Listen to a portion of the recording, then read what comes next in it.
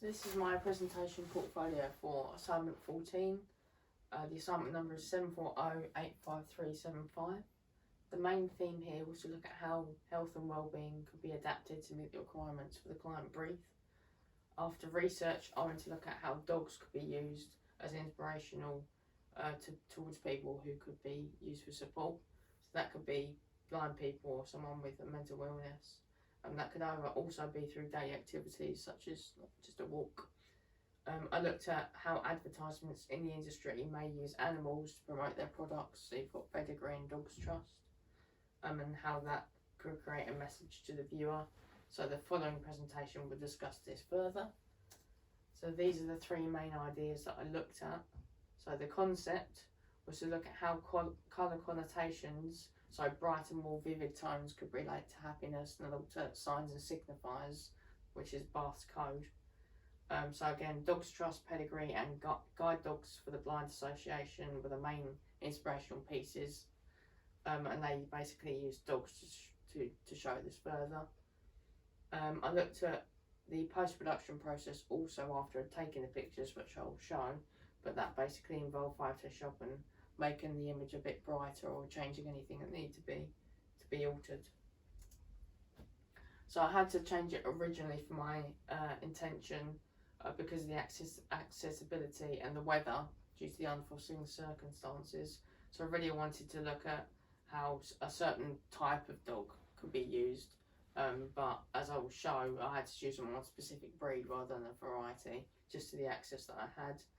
So instead of focusing on that, I wanted to look at how a working class dog, regardless of what type of breed, just one specific breed, could be used for more guidance and support, such as like the daily activities to help improve mental health.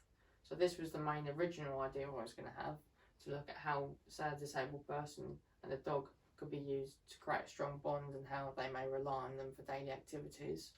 This was Coco taken in Bromley. Again, you can see that just him looking at her, there's a strong bond between the two, and that they both rely on one another. So these were just the two images that I looked at. Again, you've got like the different breeds and how maybe you could associate or connote to one specific task. But this was the main idea I wanted to look at. This was Milo the Husky, and I've tried to show him with an owner to show the strong bond and the relationship that they had, just to improve your mood if you're ever down, just to show a strong bond between the two.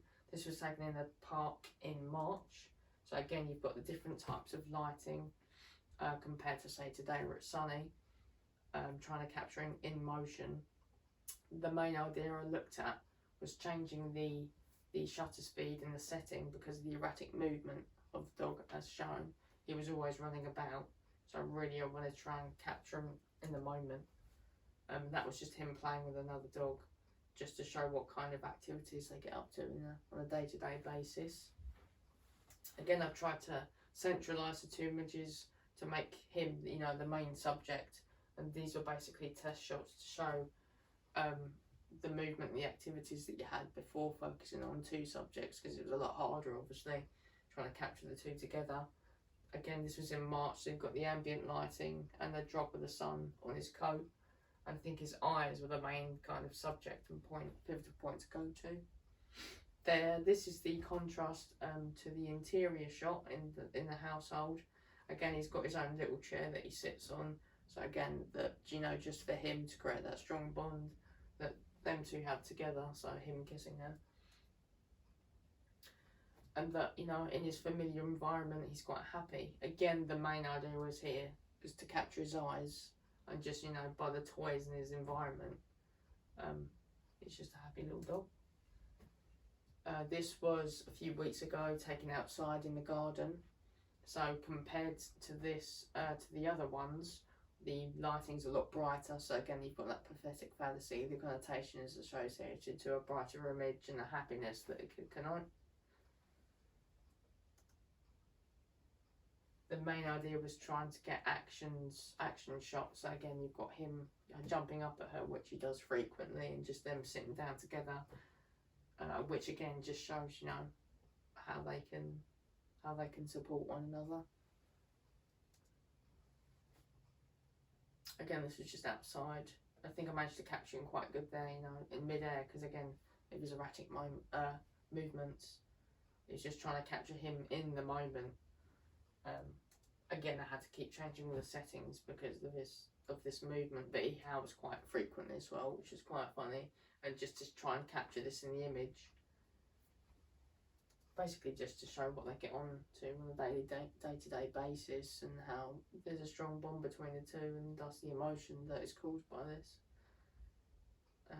Again, this was outside in the park on a summer's day, so again another basically a daily activity to show that how working class dogs such as Milo could be used to portray this main concept and idea of mental health, or moral guidance. Again, trying to centralise the two. His tongue, again, was always sticking out, and which was quite funny to see. But again, you've got the contrasting colours, which I feel kind of represents the idea, again, going back to the sunlight and the mood and the impression that is given.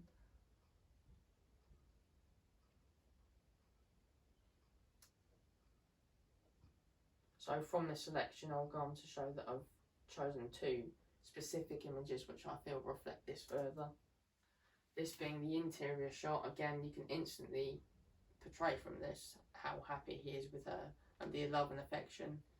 The fact that, you know, when you go into context that them two were growing up together from a pup just goes to show that there's really a strong representation of love in the family now, because he is a family member.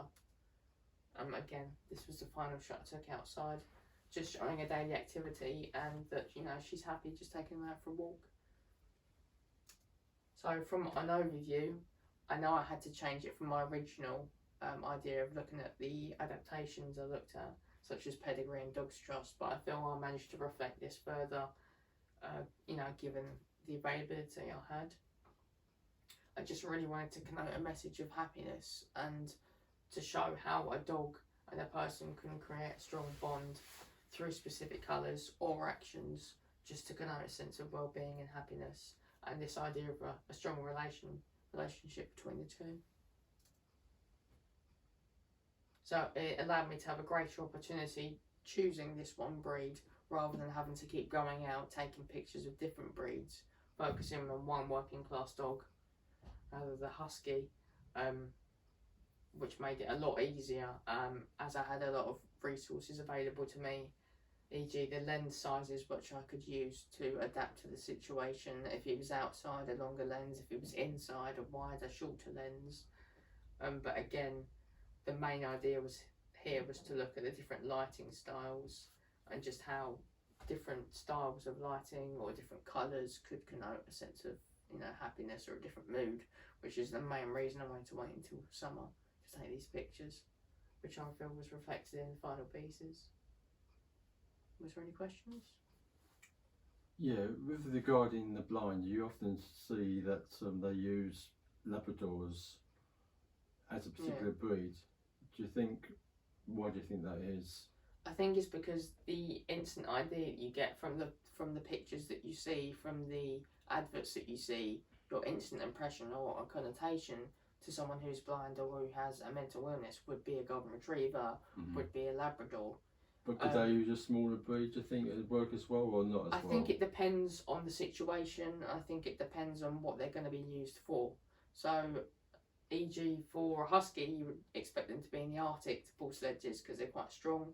For a canine, it would be like in the police force. But I think the main idea that I wanted to originally look at for health and well-being especially was a Golden Retriever, or was a Labrador in the first photos with Coco.